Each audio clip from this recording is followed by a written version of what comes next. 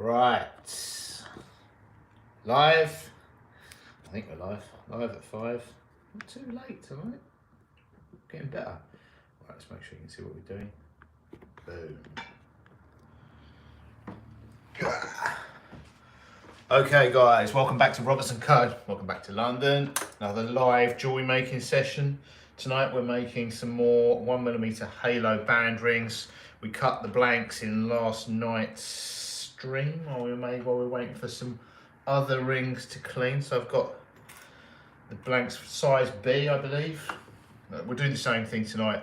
We'll make these rings. They were part of this 1mm wire. We'll turn those into size B rings. This is really used for the thumbnail, I think. This is what we're making. 1mm halo band rings. This one needs cleaning actually, that's why. Well, this one has a black mark on it. But yeah, we're going to make those in a size. We're going to solder up the B's that I cut the blanks for last night. And then while those B's are cleaning, we'll cut the blanks for the C. And that'll be tomorrow's live stream.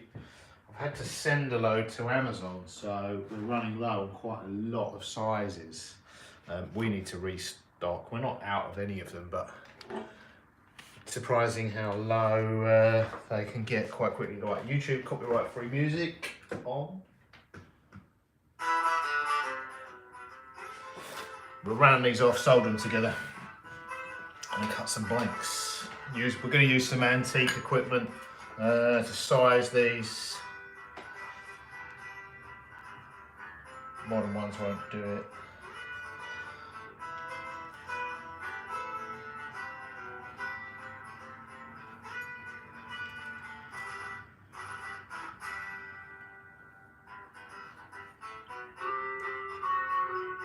I really want to get these done, a big batch of these. I'm going to be doing these for days on end, but because I really want to get them, I want to get enough to last a few months, really, not weeks, a few months. I want enough to get us through to a few months, and then in a few months' time, do the same thing.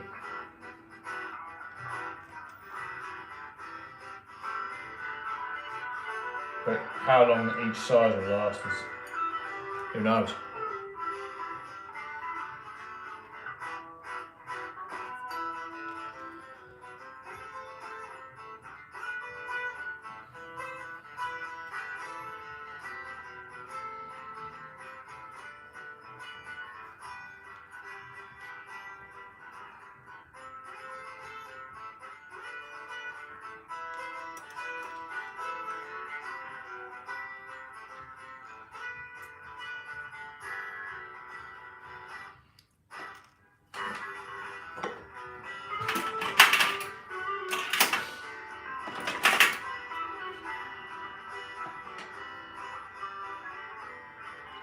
I'm just going to line up the joints with flat half round pliers.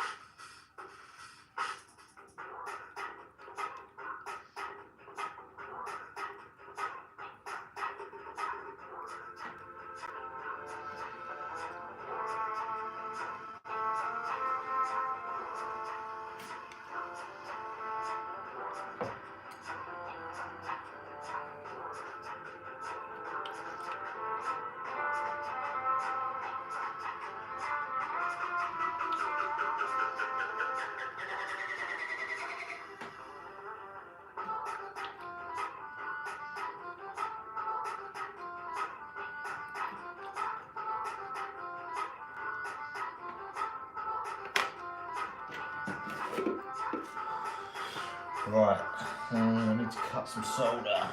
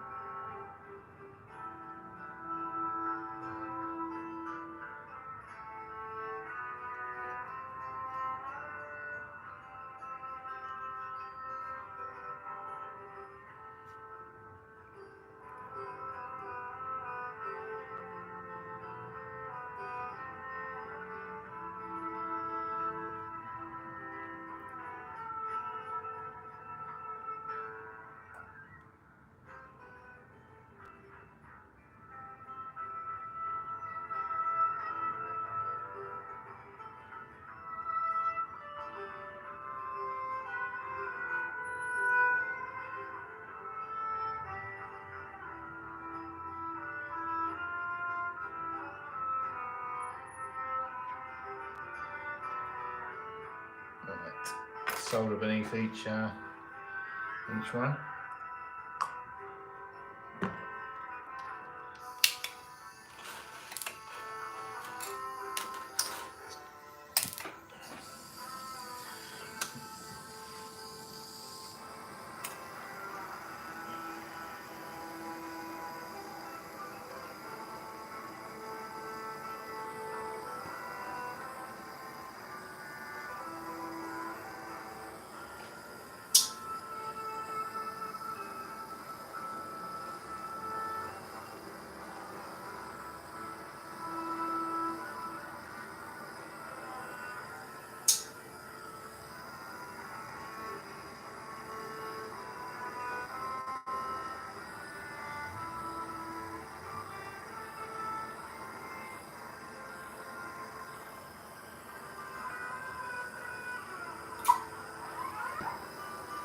That one may not have had enough solder. Find out when I come to see it.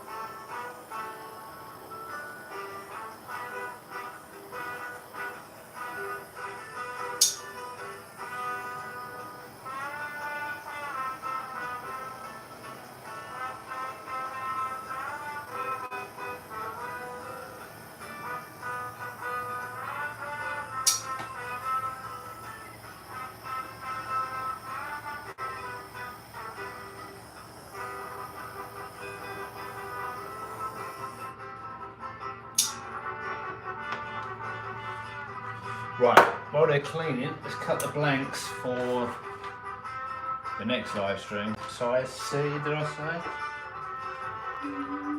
Yeah, let's make some size C's.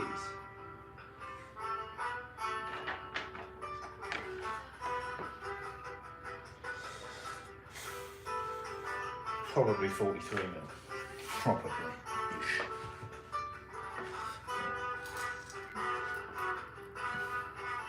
Once those size B's are clean, I'm going to clean off the excess solder. I'll probably do that on the polishing machine. Speed. And then we will use some antique ring sizing equipment and make each one the right size.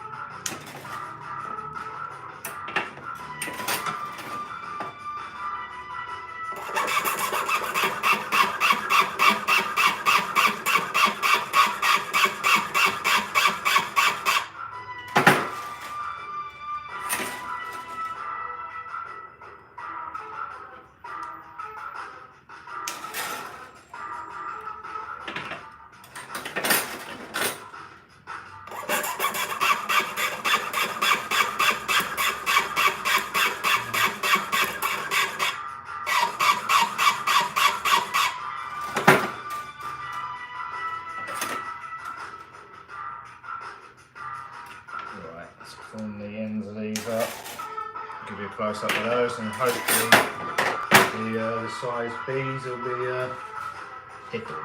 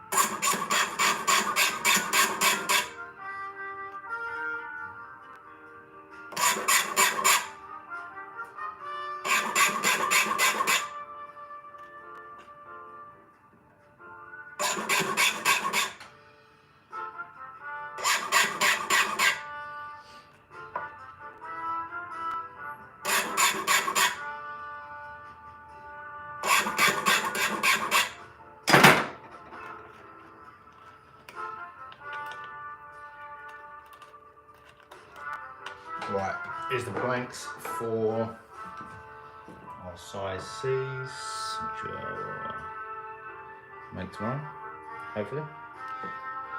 Let's get these out, round them off. Actually, first of all, we need to deal with any excess solder, which I'll do. Unfortunately, I haven't got a camera set up for the polishing machine, but I can show you before and after. Doesn't take long. Much quicker than doing it with a buff stick and a file.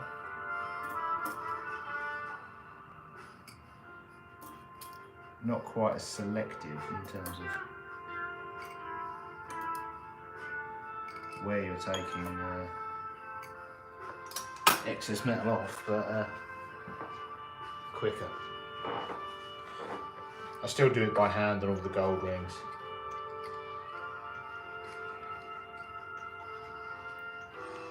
Buff stick on a skirming file.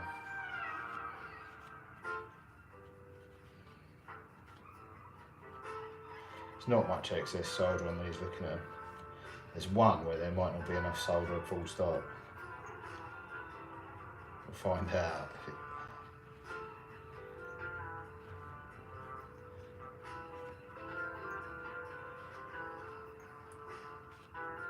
I'm just going to use a very fine satin wheel.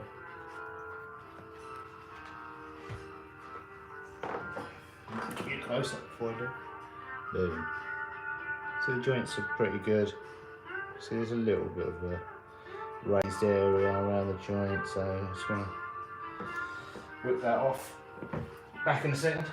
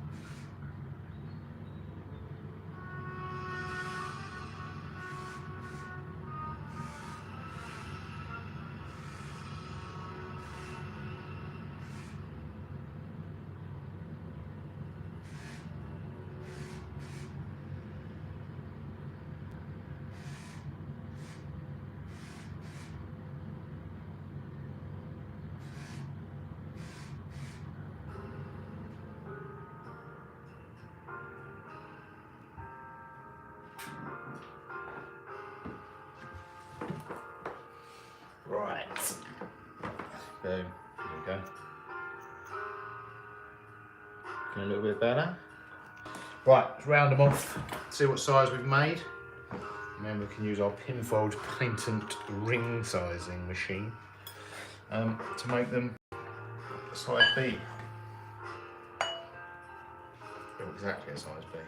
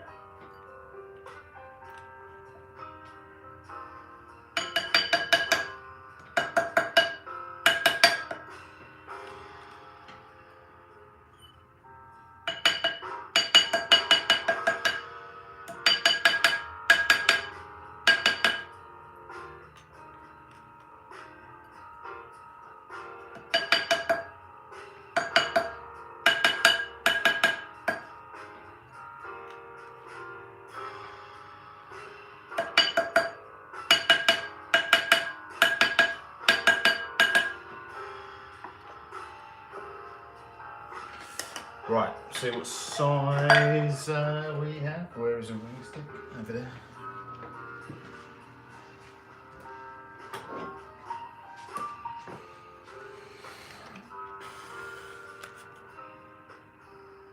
Bang on a B.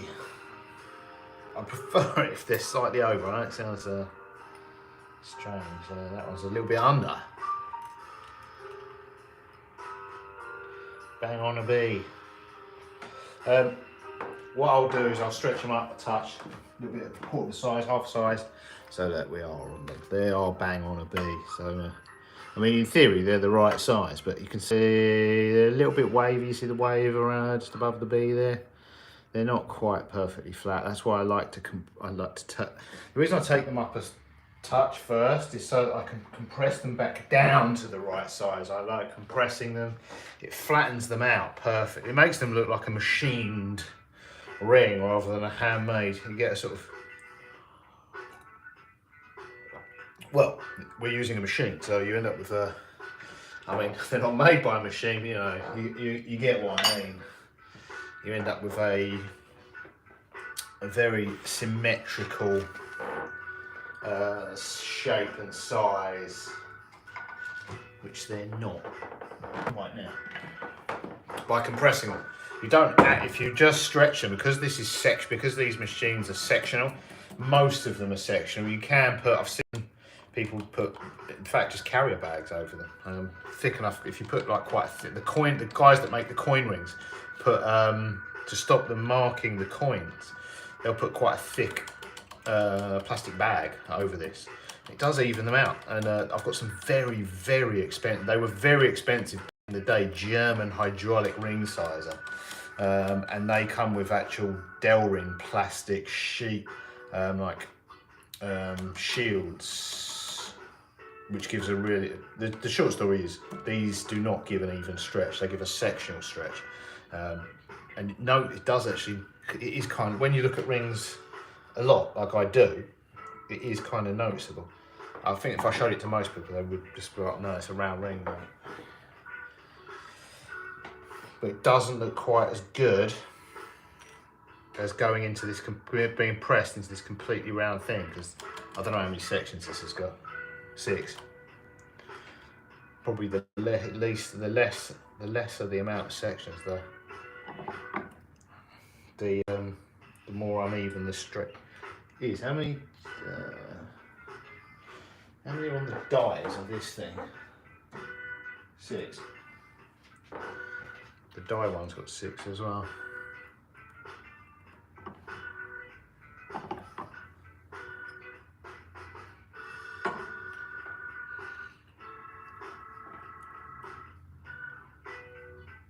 So yeah, I say it's uneven. To the untrained eye, it's not. To the trained eye, it's not as even as compressed rings.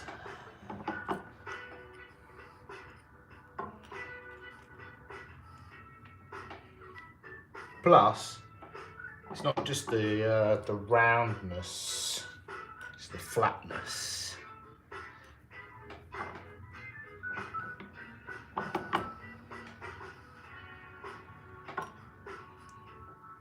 Compressing them sort of takes out the waves.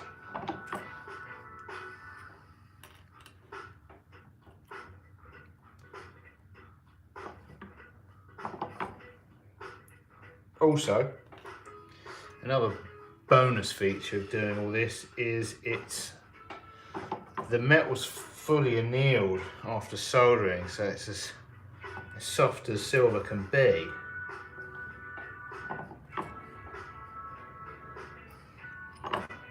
And this work hardens it. In fact, the more we do this, the harder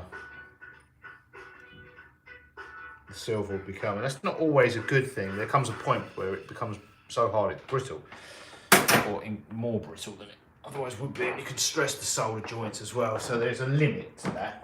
I'll show you. But with these 1mm rings, they do benefit, obviously being so dainty. They do benefit from a certain amount of hardening. It makes them durable, more durable, less prone to bending than they would be if they weren't hardened. And you can still squish them between your fingers and your thumbs, or I can. Right, so now we need to find the die for size B. I think that one does exactly a size A, so let's try this one. No, that looks way too big. This was the size A one though, I think. Let's see what we get.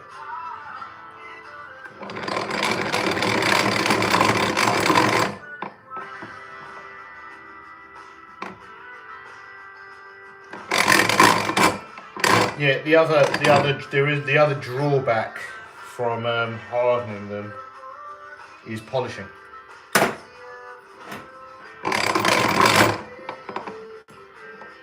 It's easier to polish, the softer they are, certainly in theory. There's nuances to all of these things that are, generally speaking, the harder you make it, the longer polishing will take.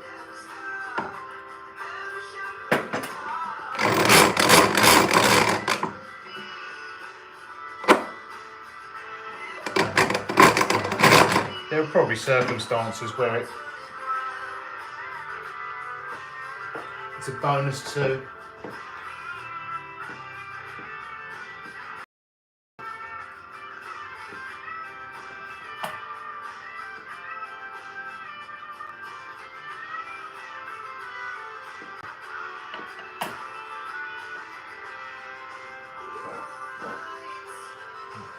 Stretch that one went slightly under a B. Yeah, I think this die, I've got to be careful with this die, because I think this would actually take them down to a size A.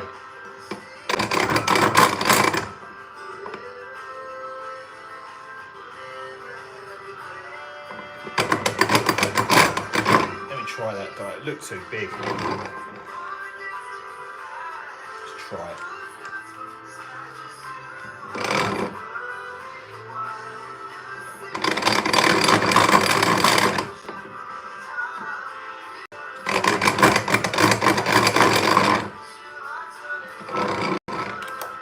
said this before, I need a set of dies.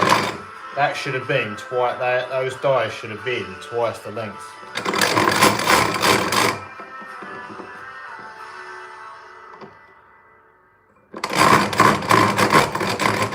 Or I suppose I could have chopped them halfway.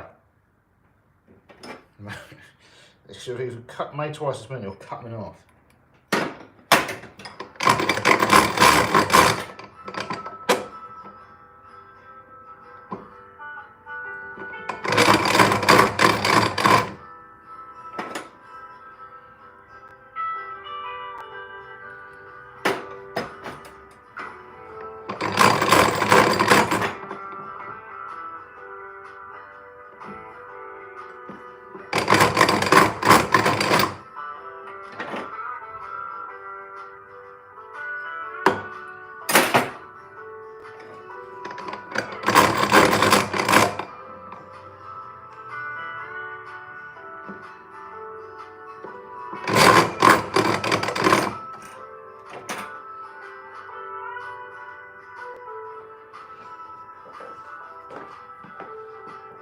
Slightly overdone it.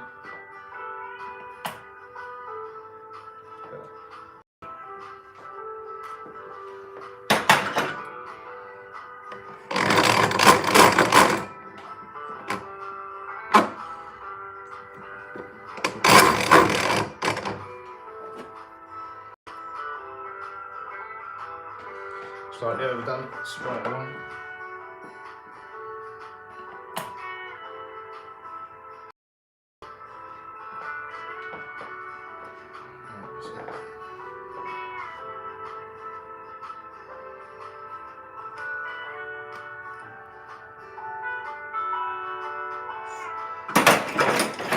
Might have been the one with potentially not half sold.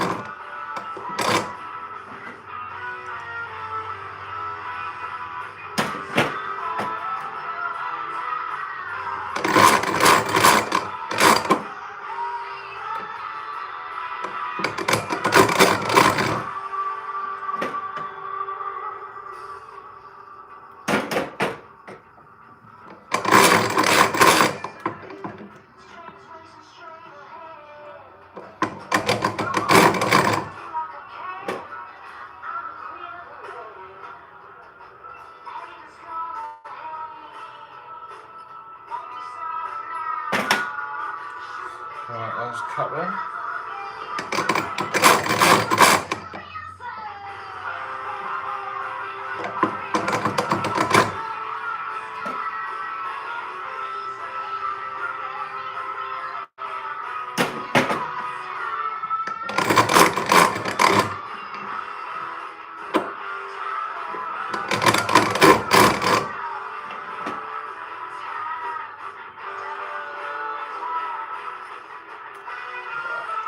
Last one.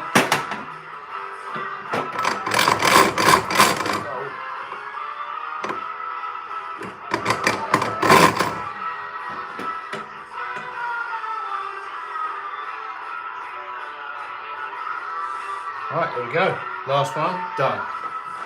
It's the last of the size B's. Check it out, straight and on the line. Boom. There we go, size B. So tomorrow we can, where are the blanks? They're slightly off camera. There. So that's the B's done. Tomorrow we will commence with the size C's. So thanks for watching. A pint shot with the size B. 1mm halo sterling silver size B ring. Toodles.